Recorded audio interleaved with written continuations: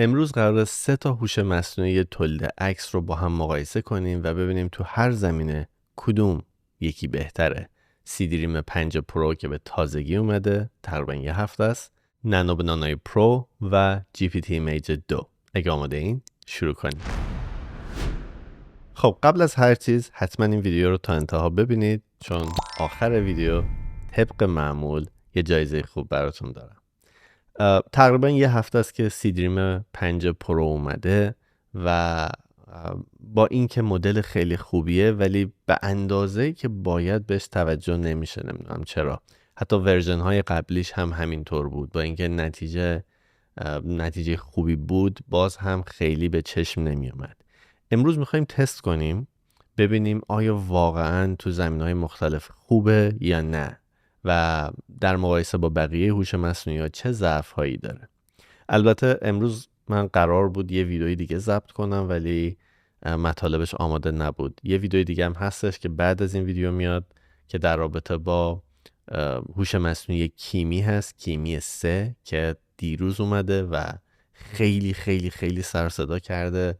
هوش مصنوعی اوپن سورس هستش و من امروز داشتم تستش میکردم و به دلیل اینکه تست ها آماده نبود امروز فیلم برداریش انجام ندادم، ولی حتما تست ها که آماده بشه تو همین یکی دو روز ویدیوی اون هم آماده میشه و پخشش میکنیم. خب بریم سراغ هوش مصنوعی تولید عکس. اول از همه بهتون میگم کجا میتونید به رایگان از این هوش مصنوعی استفاده کنید. این وبسایت arena.ai هستش که لینکش رو داخل توضیحات پایین ویدیو میذارم. اینجا میتونید بیاین با اکانت گوگلتون لاگین بشین و از این منوی بالا دایرکت رو انتخاب کنید. بعد بیاین روی این عکس، روی آیکون عکس کلیک کنید که بره روی هوش مصنوعی تولید عکس و بعد اینجا بیایید روی سیدریم 5 پرو. حتی هوش مصنوعی زیاد دیگه هم داره. مثلا فکر میکنم الان همین کیمی رو هم داشته باشه. کیمی 3 رو مثل که هنوز بهش اضافه نکردن ولی تا ورژن 2.5 رو داره.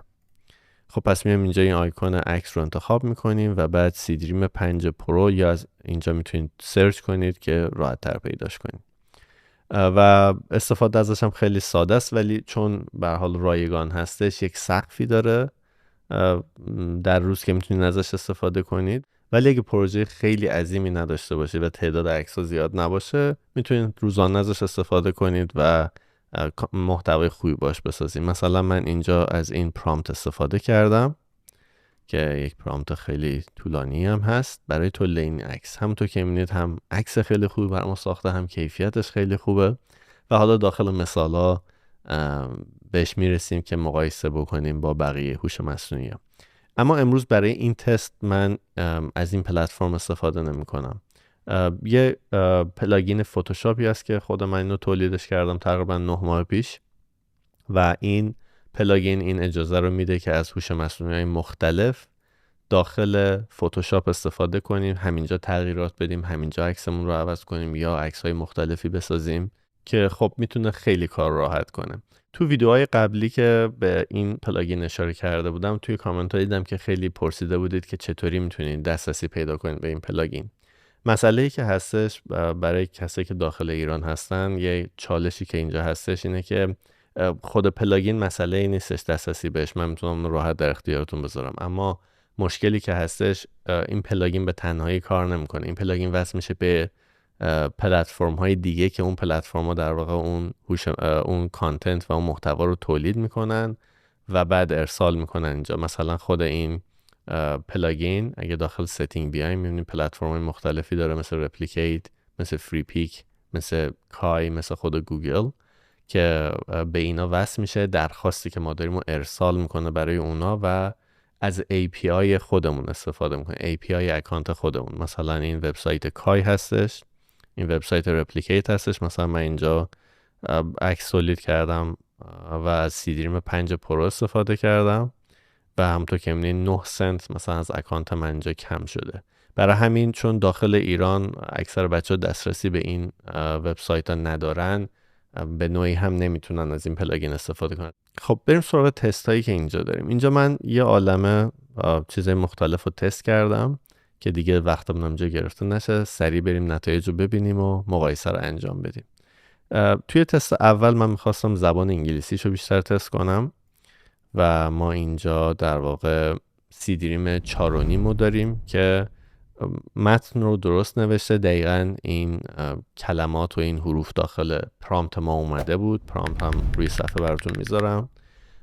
ولی عکس خوبی نیست. این دونای قهوه خیلی سایز عجیب بزرگی دارن و عکس خوبی نیست. من سی دریم 4.5 هم توی مثال ها گذاشتم که بتونید مقایسه کنید دوتا سی دریم ها رو با هم دیگه و ببینید ورژن قبلش چی بوده و الان چی شده. بعد نانو بنانای پرو رو داریم که با اینکه عکس خوبی درست کرده و همه متنش درسته، از سایز خیلی دقیق پیروی نکرده و داخل اون سایز مربع شکلی که ما ازش خواسته بودیم یک عکس مستطیل شکل برامون درست کرده.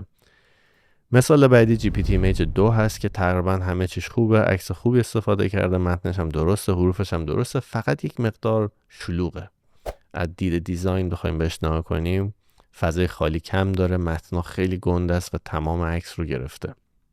و در نهایت سی دریم 5 پرو رو داریم که یک عکس خیلی جالب و جذابی درست کرده و متن‌ها رو هم دقیقاً روش نوشته بدون هیچ مشکلی، بدون هیچ غلط املایی و از فونت خوبی هم استفاده کرده و به نظر من نتیجه سی دریم 5 پرو توی این تست از بقیه بهتر بود. بریم سراغ مثال بعدی. توی این مثال من میخواستم توانایی این چند تا هوش مصنوعی رو توی زبان‌های مختلف تست کنم که همزمان توی هر کدوم از این زبان‌های مختلف چطور عمل میکنن.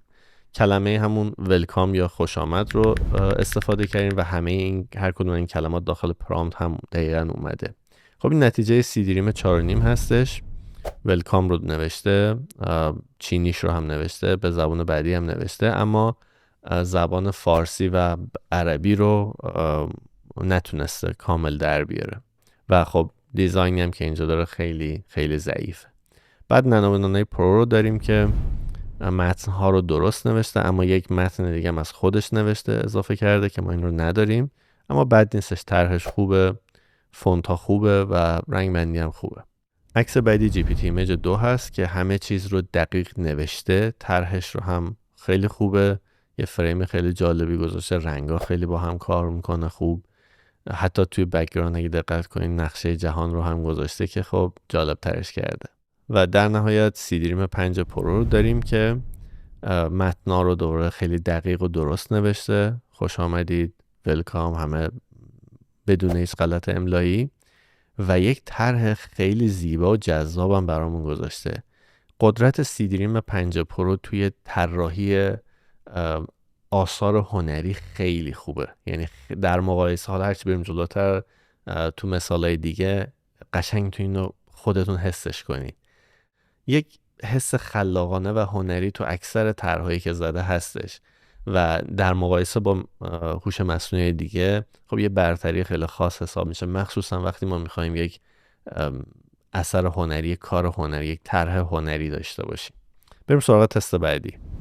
خب داخل این تست مشخصا من تمرکز کردم روی زبان فارسی که ببینیم تو زبان فارسی دقیق به چه صورت عمل میکنه. با اینکه توی تست قبلی خوش آمدید رو درست نوشته بود، اما من میخواستم ببینم یک پوستر اگه داشته باشیم و متن‌های مختلف فارسی داشته باشیم به چه صورت عمل میکنه. خب این نتیجه سی دریم 4.5 هستش. همونطور که می‌بینید متن رو نتونسته در بیاره و عکسش هم خیلی خیلی معمولی و متوسط.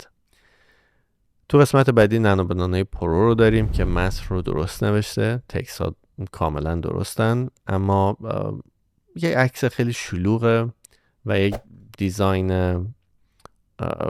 بد نیستش، خوبم نیستش. مثلا ما اینجا یک کتابی داریم که یه فرم خیلی عجیبی داره و پرسپکتیوش با همه آیتم‌های دیگه اینجا فرق میکنه، یه مقدار عجیبه ولی بد نیستش به اون صورت که بخوام بگم مثلا خیلی غلطه یا خیلی افتضاحه. بعدی جی پی تی ایمیج 2 رو داریم که تمام متن‌ها درست نوشته شدن، علاوه بر اون یک دیزاین خیلی جذابی داریم، یه مقدار فضای خالی داریم اطراف دیزاینمون، یه عکس خیلی جالب اینجا برامون گذاشته، عکسمون عمق میدان داره، این عقبا تار شده، حتی اینجا کتابی که گذاشته متن روش خیلی واضح و مشخص و دقیقه و هیچ غلط املایی هم نداره و تا الان میتونم بگم GPT Image 2 و نانو بنانای پرو توی نوشتن متن فارسی از بقیه بهتر بودن. و در نهایت GPT سیدریم 5 پرو رو داریم که یه جاهایی تونسته متن رو در بیاره، یه جاهایی نتونسته. مثلا اینجا کتاب فروشی شهر رو درست تونسته بنویسه، اما مثلا اینجا ساعت رو اشتباه نوشته، پنجشنبه رو اشتباه نوشته، جشن کتاب رو اشتباه نوشته و غلط املایی های مختلفی داره. بنابراین بعضی وقتا مخصوصا اگه متنمون خیلی کوتاه باشه ممکن از پسش بر بیاد، شاید چند بار باید تست بکنیم تا متن دقیق و درستش رو بگیریم، اما اگه متن زیادی بهش بدیم از پسش بر نمیاد متاسفانه و این یکی از بزرگترین ضعف هاییه که تا الان من تو برخورد با سیدریم 5 پرو بهش رسیدم. خب بریم سراغ تستای بعدی. خب این یکی تست خیلی جالبه، مخصوصا برای کسایی که کار برنامه نویسی انجام میدن یا اپ میسازن یا وبسایت میسازن. این قسمت خیلی ممکنه به کارشون بیاد. اینجا میخوایم ببینیم که چطوری هر کدوم از این هوش مصنوعی ها میتونن طراحی یک وبسایت رو انجام بدن. در واقع اون UI وبسایت رو میخوان بسازن به چه صورت هستش. خب اینجا سیدریم 4.5 رو داریم که یک عکس کم کیفیت و با طرح خیلی خیلی متوسط رو به بد داریم. متن‌ها درست نوشته شدن اما شبیه وبسایت های 30 سال پیش تقریبا. بعد از این نانو بنانای پرو رو داریم که خب دیزاین خیلی خوبی داره و با تم تیره و تاریک هستش که من خیلی دوست دارم.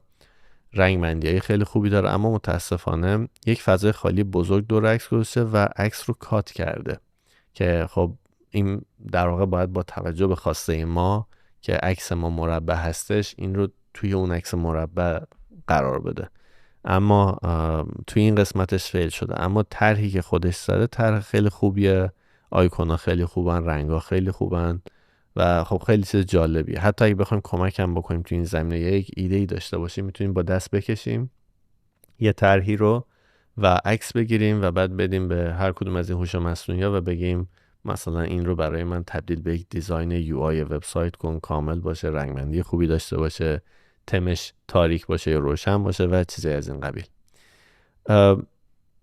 بعدی GPT Image 2 هستش که خیلی خوب و دقیق کشیده همه چی رو و انگار یک اسکرین شات ما گرفتیم، اما یک ضعفی که داره در واقع انگار همه چیز یه مقدار فشرده شده از اطراف. در واقع انگار این عکس یکم پهن‌تر بوده چون ما خواستیم مربع باشه، در واقع فشارش داده، فشردش کرده توی این فضا. تنها ضعفش همینه وگرنه بقیه چیزا خوب هستش. دیزاینش هم بد نیستش، یعنی دیزاین خیلی خوب مثلا به طرحی که اینجا نانو بنانای پرو زده نمیرسه. طرح نانو بنانای پرو خیلی بهتره اما این سالمتر یا دقیق تره به نوعی. و در نهایت سیدریم 5 پرو رو داریم که از هر نظر فوق‌العاده است، یعنی هر قسمتشو که نگاه میکنیم عالیه.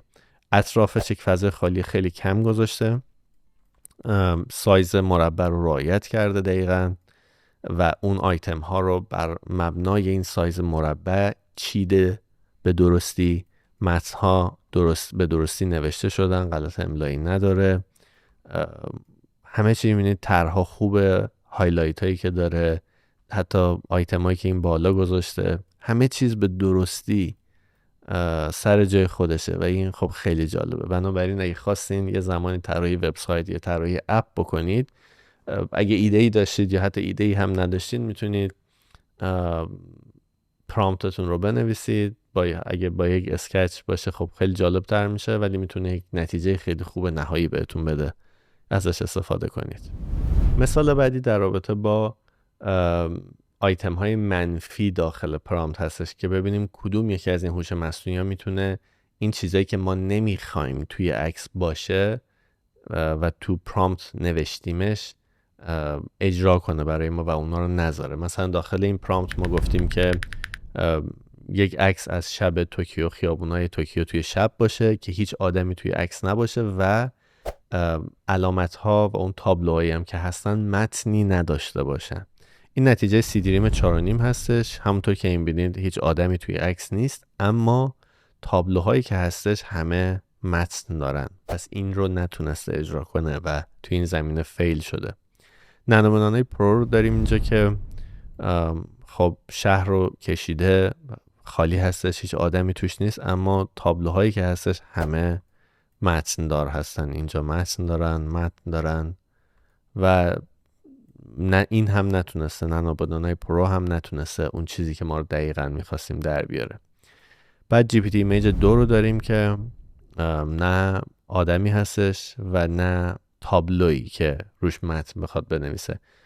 این در واقع یه قدم اضافه تر رفته، ما این رو نخواسته بودیم. ما خواسته بودیم که تابلوها متن نداشته باشن، نه که هیچ تابلویی نباشه، و جی پی تی ایمیج 2 کاملا تابلوها رو هم حذف کرده. و در نهایت سی دریم 5 پرو رو داریم که خب هیچ آدمی توی تصویر نیست و تمام تابلوهایی که داریم فقط عکس دارن یا لوگو دارن یا آیکون دارن و متنی وجود نداره. تقریبا از اون چیزی که ما خواستیم پیروی کرده و اون عکسی که ما میخواستیم رو به دقت بیشتری برای ما ساخته. خب خیلی جالبه. بریم سراغ مثال بعدی. توی این مثال میخوایم ببینیم که هر کدوم از این هوش مصنوعی‌ها چطور میتونن یک عکس قدیمی آسیب دیده رو زنده کنن و با کیفیت بالا به ما تحویل بدن. همونطور که میبینید توی این مثال ما یک عکس خیلی قدیمی داریم که رنگی نیستش، ترک‌های زیادی داره، قسمت‌هایش پاره شده، حتی لکه‌هایی داره روش، و از یک پرامپت خیلی ساده که رو تصویر میبینید استفاده کردیم که ببینیم در واقع هر کدوم چطور عمل کردن. این نتیجه سی دریم 4.5 هستش که تقریبا بد نیستش، خوبه. یه جاهای ایرادایی داره، مثلا اینجا دندون رو یک تیکه آبی گذاشته که نمیدونم چیه، آبی تیره، و خود عکس یک حالت مثل فیلم های قدیمی بود، میخواستم نشون بدن که کسی داره خواب میبینه، همه چیز نورانی میشد. عکس هم همون جوریه، در واقع یک حالت نورانی داره، با اینکه خب بخوایم از این دید بهش نگاه کنیم که این عکس قدیمی بوده و همون فضا رو میخواد، همون حس رو میخواد به ما بده، میتونه منطقی باشه. ولی اگه ما عکس امروزی میخواستیم از نتیجه این در واقع ریستوری و بازسازی عکس، خیلی اون حس رو نمیده. تو قسمت بعدی نانوبنانای پرو رو داریم که خب دقت بیشتری داشته، اما نانوبنانای پرو اگه دقت کنید یه مقدار عکس رو تغییر میده. مثلا این قسمت رو دقت کنید، خطی که ما اینجا داریم یه مقدار قوس بیشتری داره، اما توی نانوبنانای پرو برداشته این رو صاف کرده و یه مقدار تغییرات داده. علاوه بر اون این در واقع طرح پوست یه مقدار حالت پلاستیکی داره، حالت هوش مصنوعی داره که خب خوب نیستش. هم این که عکس رو این مقدار تغییر میده، اگه قبل و بعد رو مقایسه کنیم، حتی اینجاها رو هم اگه دقت کنید، گوشه چشم رو ورداشته یه سری خطا خودش اضافه کرده که این نبوده اصلا. بنابراین بد نیستش، ولی خب یه موقع عکس رو تغییر میده. بعدی جی پی تی ایمیج 2 هستش که جی پی تی ایمیج 2 هم بهتر از نانوبنانه، اما این هم یه مقدار عکس رو تغییر داده. اگه دقت کرده باشین ما اینجا در واقع گونهش یه مقدار تغییر میکنه، فرمش، و صافتر و کوچیکتر یا استخونی‌تر میشه به نوعی، اما اون حالت پلاستیکی رو ما نداریم اینجا. خب یه مقدار بهتر از نانوبنانای پرو. و در نهایت سی دریم 5 پرو رو داریم که سعی کرده خیلی نزدیک به عکس اوریجینال باشه، فرم ها رو بهتر حفظ کنه، گوشه چشم رو اگه ببینید تغییری نمیکنه نسبت به عکس اوریجینال، ابروها تغییری نکردن نسبت به عکس اوریجینال، و خب این خیلی خوبه. موجه ها، متریال پوست، تقریبا خود مو اگه مقایسه کنیم با حالت اولیش، تقریبا سعی خودش رو کرده که بیشتر چیزایی که بوده از قبل رو با همون حالت حفظ کنه و فقط کیفیت رو بره بالاتر و رنگی کنه، ایرادا رو برطرف کنه، که فکر کنم خیلی خوبه. یه مقدار خیلی خیلی کم همون حس رویایی و درخشان بودن رو داره، درخشیدن رو داره، ولی خیلی کمتره نسبت به سی دریم 4.5. اگه مقایسه کنیم با هم می‌بینیم اینجا خیلی بهتر شده. خب داخل مثال بعدی ما از همین عکس می‌خوایم استفاده کنیم و نور عکس رو عوض کنیم و ببینیم اگه بخوایم روی نور یک تصویر یا یک پورتره کار کنیم به چه صورت هستش. قسمت پروی این پلاگین یه قسمت داریم که در واقع یه سری پرامپت آماده هستش که میتونیم ازش استفاده کنیم و اینجا رو مادیفای که بزنیم خود پرامپت رو لود میکنیم. پرامپت در واقع این تست اینجا هستش و این نتیجه سی دریم 4.5 هستش که بد نیستش، اما صورتمون خیلی تاریک شده که خوب نیست صورت تاریک بشه. نانو بنانه پرو رو داریم که کلا عکس رو برش عوض کرده. البته همیشه اینجوری نمیکنه، ولی خب من چندین بار پرامپت رو ران کردم، مدل‌های مختلف رو پرامپت هم عوض کردم هر بار که ببینم میتونم همون عکس رو بگیرم که نمیدونم چرا توی این مثال نتونست. جی پی تی ایمیج 2 رو داریم که عکس رو دقیقا نگه داشته، نور صورتش خیلی خوبه، این نور پشت سر و نور نارنجی که گذاشته اینام خیلی خوبه، نور بنفش هم خیلی خوب روی صورت و گردنش افتاده که خیلی موفق تر بوده نسبت به بقیه هوش مصنوعی ها.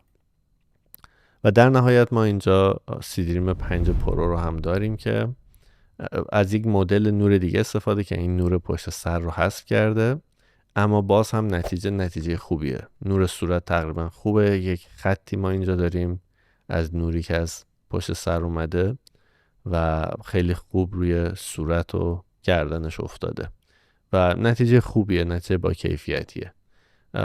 توی این مثال سی دریم 5 پرو و جی پی تی ایمیج 2 بهترین نتیجه رو داشتن. خب حالا میرسیم به مثال بستنی که اول ویدیو دیدیم. من خیلی روی عکسای تبلیغاتی هم کار کردم که چطوری ما میتونیم از هوش مصنوعی استفاده کنیم برای عکسای تبلیغاتی بهتر و این یه نمونه بستنی اینجا هست. میخوام یه کار کنم، میخوام در همین بین که داریم این عکسای بستنی رو چک میکنیم یک نمونه دیگه هم ران کنیم و ببینیم به چه صورت هستش. خب من میام اینجا در واقع اون پرامپت رو پیست میکنم، پرامپت رو روی صفحه هم میذارم که اگه خواستین میتونین اسکرین شات بگیرین ازش استفاده کنیم. در مورد پرامپت ها من چون توی کامنت هم قبلا دیده بودم که تو ویدیوهای مختلف برام گذاشته بودید که اگه من بتونم یه چیزی یه جایی درست کنم، یه فایلی که شما بیان این پرامپت ها رو دانلود کنین بهتره. من سعی خودم رو میکنم که یک فضایی رو درست کنم که از این به بعد اون منابع هر ویدیو رو داخلش بذارم که دسترسی شما راحت تر باشه. متاسفانه خیلی فرصت نکردم چون خیلی این چند هفته همه چی شلوغ پلوغ بوده و خیلی سعی داشتم که فقط بتونم ویدیوها رو برسونم و فیلم برداریش انجام بدیم. برای همین تو فکرش هستم که حتما یک پلتفرمی، یک فضایی رو آماده کنم هر جایی که باشه که مختص هر ویدیو شما قشنگ رو ویدیو کلیک کنید و منابع مرتبط با اون ویدیو رو راحت بتونید دانلود کنید و این رو به زودی درست میکنم. شاید اصلا پروسه درست کردنش هم یه ویدیو کردیم، بد نیستش، فکر خوبیه. شاید این هفته یه ویدیو درست کنم که یک پلتفرمی آماده کنم و داخل اون پلتفرم این سیستم رو راه اندازی کنیم که از این به بعد منابع هر ویدیو رو راحت بتونید در دسترستون باشه و بتونید دانلود کنید. خب اینجا در واقع تبلیغ یک کرم هستش داخل این پرامپت و عکسش رو میخوایم ما آماده کنیم. من میام اینجا ابزار سلکشن رو انتخاب میکنم، کل تصویرم رو سلکت میکنم و اینجا یک آپشنی که من گذاشتم اینه که وقتی اینو فعال کنیم دیگه کاری به عکس اینجا نداره و انگار عکس رو از پایه میسازتش و دیگه عکسی که اینجا داریم رو ادیتش نمیکنه. هوش مصنوعی مختلف رو اینجا انتخاب کردم و ستینگشون رو هم نگاه کنیم که سایزا درست باشه. همه مربع هست، 1 و 1 و عالی. خب فقط روی دکمه جنریت کلیک میکنیم و بعد در واقع اون درخواست ها رو میفرسته. خب حالا بیایم تا این عکس آماده میشه در رابطه با این مثال بستنی صحبت کنیم. خب این عکس رو سی دریم 4.5 ساخته، بد نیستش، نورش خیلی جالب نیست، ترکیب بندیش بد نیست، ولی میتونست بهتر باشه. اینجا یه جاهایی چیزای صورتی هست که نمیدونم چیه. خب عکس اولش آماده شد. هر کدوم پلاگینه به این صورت عمل میکنه، هر عکسی که آماده میشه نتیجهشو میاد اینجا میذاره. بریم سراغ عکس بعدی. در واقع بستنی هستش که توسط نانو بنانه پرو درست شده. عکس خیلی خوبیه، شکلات جذابی و بک‌گراند جذابی و تقریبا همه چیز خیلی خوبه و حتی رفلکشن این آیتم ها رو هم ما این پایین روی این صفحه که در واقع رفلکت داره میبینیم. خب بریم سراغ عکس بعدی که GPT Image 2 درست کرده. این هم عکس خیلی خوبیه، عمق میدان خیلی خوبی داره، میبینید این توت فرنگی تار شده، اینا خیلی شارپ و دقیق هستش. از خامم استفاده کرده و اینم خیلی عالیه، بک‌گراند خیلی خوبی داره، نور رو قشنگ پشت محصولمون گذاشته که کیفیتش فوق‌العاده است. و در نهایت سی دریم 5 پرو رو داریم که همه چیش عالیه، کامپوزیشن عکس عالیه، آیتمایی که قرار داده، حتی شکلات رو نگاه کنید به چه صورت اینجا روی هوا پرتاب شده، خیلی خوبه، خیلی عالیه. و علاوه بر اون یک کاری که نسبت به بقیه بیشتر انجام میده، فضای خالی بیشتری استفاده میکنه داخل عکس ها. مثلا اینجا GPT Image 2 خیلی خوبه اما خیلی شلوغه، ولی توی سی دریم 5 پرو ما یه فضای خالی داریم که باعث میشه توجه بیننده به این قسمت بیشتر جذب بشه. خب از اون مثال در واقع کرمی که داشتیم 3 تاش آماده شده.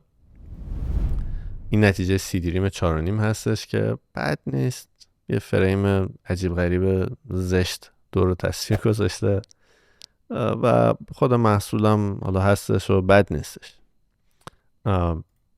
مثال بعدی نانو بنانه پرو که نمیدونم چرا به صورت کشیده در واقع اینو درست کرده. یه ستینگش رو دقت کنیم ببینیم، شاید ما اشتباه گذاشتیم. داخل ستینگ من کاملا مشخص نانو بنانه پرو رو روی حالت مربع گذاشتم، ولی تصمیم گرفته این شکلی دیزاین کنه. خب خود عکس خوبه، با اینکه از اون سایزی که ما می‌خواستیم پیروی نکرده، اما خود عکس بد نیستش، عکس تبلیغاتی نسبتا خوبیه.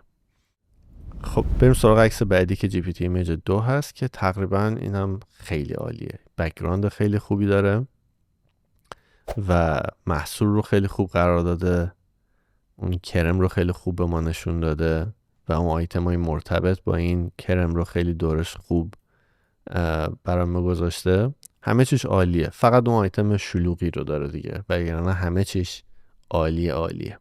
در نهایت سی دریم 5 پرو رو داریم که اینم خیلی خوبه. میبینید قشنگ کامل حس میشه اون فاز هنری بودن عکس حس میشه. مثلا اینجا عکس تبلیغاتیه توی GPT Image 2، حس عکس تبلیغاتی به ما میده، اما اینجا حس تابلو نقاشی میده، حس اثر هنری به ما میده و اینم خب خیلی زیباست و خب تو تبلیغات هم میشه ازش استفاده کرد. خیلی خوب گذاشته شده، کامپوزیشن خیلی خوبی داره، متریال خیلی خوب و دقیقه و دوباره ما فضای خالی رو اطراف محصولمون داریم. خیلی جالبه، خیلی خوبه. من از هر دو این نتایج راضی بودم، هم سی دریم 5 پرو هم GPT Image 2. خب داخل این مثال ما در واقع 2 اینفوگرافیک داریم، در واقع یک عکسی که یه پروسه‌ای رو، یه چیزی رو، یه اطلاعاتی رو میخواد به ما بده، یه پروسه‌ای رو نشون بده یا توضیح بده با متن. و توی مثال اول در واقع ما روش تهیه و پخت غذایی به نام شکشوکا رو داریم که خیلی شبیه املت خودمونه یا تخم و گرجه خودمون، فقط یه مقدار ادویه ها و یه مقدار موادی که توش استفاده شده متفاوته. خب این نتیجه سی دریم 4.5 هستش که خب خیلی ابتداییه، یک در واقع نقاشی خیلی پیش و پا افتاده و سطحیه.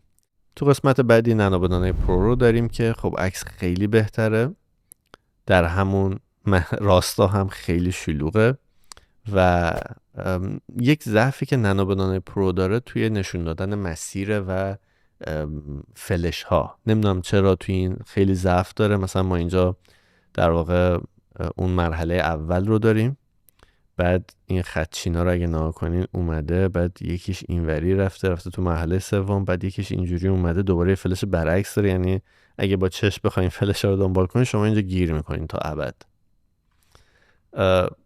شماره 2 اینجاست، 1 2 بعد 3 بعد 4 اینجا نیست، 4 حالا اینجاست، بعد 5 6. یعنی یک مسیر خیلی عجیب غریبیه، ولی خب طرحش تقریبا خوبه. اینجا در واقع تو مثال بعدی جی پی تی ایمیج 2 رو داریم که از حالت نقاشی در اومده به حالت عکس رسیده. یه مقدار خیلی شلوغه، یعنی ما خیلی محتوا داریم، تایتل رو داریم، ساب تایتل اینجا داریم، مواد تشکیل دهنده رو داریم، بعد دوباره یه سری مواد تشکیل دهنده دیگه پایین داریم به عنوان تیپ گذاشته، بعد حالا استپا رو داریم، مراحل رو داریم دونه بدونه. بد نیست ولی خب شلوغه دیگه، جالبه ولی شلوغه. حالا اینجا ما سیدریم 5 پرو رو داریم که همون باز حس هنری بودن توش مشخصه. خلوت‌تر، فضا برای نفس کشیدن داره طرحمون. نتیجه رو سمت چپ گذاشته که خب خیلی حس خوبی میده. تایتل رو خیلی خوب اینجا داریم. استپ ها رو اینجا در واقع مراحل رو اینجا توضیح داده دقیق، و حتی متنش هم اگه بخونید میبینید که خیلی دقیق همه رو نوشته و در واقع مواد استفاده شده توش. حتی با دیدن همین عکس میشه خیلی راحت مراحل رو رفت جلو و این غذا رو درست کرد. خب من میخواستم بدونم هر کدوم از این هوش مصنوعی ها چه حجم اطلاعاتی در رابطه با غذاهای ایرانی هم دارن. بنابراین یک اینفوگرافیک دیگه هم درست کردم در رابطه با قرمه سبزی. خب اینجا سیدریم 4.5 رو داریم که افتضاحه، همونطور که میبینید یکی از افتضاح ترین نتایجی که میشه دریافت کرد. بعد نانو بنانای پرو رو داریم، متن رو خیلی خوب بالا نوشته، تقریبا توضیحات به نوعی درست هستش. 1 2 و 4 3 اون جاگذاری و اشتباه در جاگذاری رو هنوز داره. مرحله اول اینجاست، مرحله دوم اینجا، بعد مرحله سوم اینجا، مرحله چهارم بالاش. بعد اینجا عکس انار گذاشته که من تا حالا انار توی قرمه سبزی نخوردم، ولی خب دیگه نانو بنانا این تشخیص رو داده. بعد ما در واقع جی پی تی ایمیج 2 رو داریم که مثل یک منوی رستورانیه، از عکس بیشتر استفاده کرده و طبق مثالای دیگه‌ای که تا الان دیدیم شلوغ هستش، ولی چیز بدی نیست، دیزاینش خوبه تقریبا، مطالب هم درست هستش تقریبا و یک نتیجه نسبتا خوبی به ما داده. و این هم نتیجه سیدریم 5 پرو هستش که همون حالت هنری رو توش داره و تقریبا خیلی چیزا درسته، اما یه اشتباهی که داشته به جای لیمو همانی لیمو زرد استفاده کرده که در واقع اطلاعاتش خیلی کامل نیست نسبت به غذاهای ایرانی، ولی خب حدوداً یه حدس‌هایی زده و تا یه جاهایی درست اومده و طرحش هم طرح جذاب و جالبیه، خیلی طرح زیباییه. خب بریم سراغ مثال بعدی که مثال در واقع نوشتن دستورالعمل‌ها روی خود عکس هستش. ما اینجا یه عکسی داریم که یه عکس کم کیفیت هست و میخوایم در واقع به نوعی یه سری تغییرات تو این عکس بدیم، به نوعی این کاراکتری که داریم رو آرایشش کنیم. من اومدم روی عکس نوشتم که مثلا اینجا از سایه طلایی استفاده کن، یه گوشواره طلایی بذار و یه سری دستورات دیگه. خب حالا این نتیجه سیدریم 4.5 که افتضاحه، برداشته عکس رو کاملا عوض کرده. و بعد ما نانو بنانای پرو رو داریم که خب بد نیستش، بهتره، اون دستوراتی که ما دادیم رو اجرا کرده، اما متن ها رو حذف نکرده. متن ها رو باید خودش حذف میکرد. پرامپتی که من برای این عکس استفاده کردم نوشتم که follow instructions on the image، فقط همین، چیز دیگه ننوشتم. بعد ما جی پی تی ایمیج 2 رو داریم که خب خود عکس خیلی بهتره، کیفیت عکس بالاتره، تقریبا از اون دستوراتی که ما دادیم پیروی کرده، اما نه تنها متن رو حذف نکرده بلکه اون خطایی هم که بوده رو هم حذف نکرده و یه سری تغییرات داده. و در نهایت سیدریم 5 پرو رو داریم که همه چی رو به خوبی انجام داده، کیفیت عکس رو آورده بالا، از اون دستوراتی که ما دادیم به خوبی پیروی کرده و حتی متن و اون خطا رو هم حذف کرده و اگه مقایسه کنیم با قبلش میبینید چقدر خوب شده. حتی اگه من اینجا زوم بکنم کیفیت رو ببینیم چقدر همه چی شارپتر، دقیقتر و خب خیلی جالبه اینکه بتونیم از روی خود عکس در واقع پرامپت رو تیکه تیکه روی خود عکس بنویسیم و هوش مصنوعی به خوبی بفهم و اجراش کنه. خیلی خوبه. خب این تمام مثالهایی بود که من برای این چند تا هوش مصنوعی آماده کرده بودم. تقریبا مشخصه که تو اکثر مثالها سیدریم 5 پرو برتر بود نسبت به بقیه هوش مصنوعی ها. فقط بزرگترین ضعفش زبان فارسی و اطلاعات در رابطه با حالا فرهنگ فارسی بود یا غذاهای فارسی، ولی تو زمینه‌های دیگه مخصوصا اگه ما پرامپت انگلیسی بهش بدیم یا چیزی که ازش میخوایم یه مقدار عمومی تر باشه خیلی خوب و دقیق میتونه انجام بده و خطای کمتری هم داشت. علاوه بر اون اگه دنبال حس هنری بودن توی عکس ها هستیم سیدریم 5 پرو گزینه خیلی خوبیه. خب حالا میرسیم به جایزه‌ای که اول ویدیو بهتون گفتم. ما هر هفته از بین کسایی که زیر ویدیوهایی که توی اون هفته منتشر شده کامنت گذاشتن کامنت ها رو بررسی میکنیم و قرعه کشی انجام میدیم و به یک نفر، به یک برنده اشتراک یه ماهه پرو کلاد رو هدیه میدیم. تا الان 4 تا برنده داشتیم و جمعه ها در واقع این قرعه کشی رو انجام میدیم. بنابراین اگه کانال رو سابسکرایب ندارید حتما سابسکرایب کنید، روی زنگوله بزنید، روشن کنید روی تمام نوتیفیکیشن ها که وقتی ما ویدئوی جدیدی میدیم بیرون و یا جمعه ها نتیجه قرعه کشی رو اعلام میکنیم حتما مطلع بشین که اگه برنده شدید بتونیم هدیه رو به دستتون برسونیم. اگه از این ویدیو خوشتون اومده حتما لایک کنید. اگه سوالی براتون ایجاد شد کامنت بذارید، من سعی میکنم یا توی کامنت ها جواب بدم یا تو ویدیوهای بعدی به سوالا جواب بدم. خب امیدوارم این ویدیو رو دوست داشته باشید و خیلی زود داخل ویدیوی بعدی میبینمتون.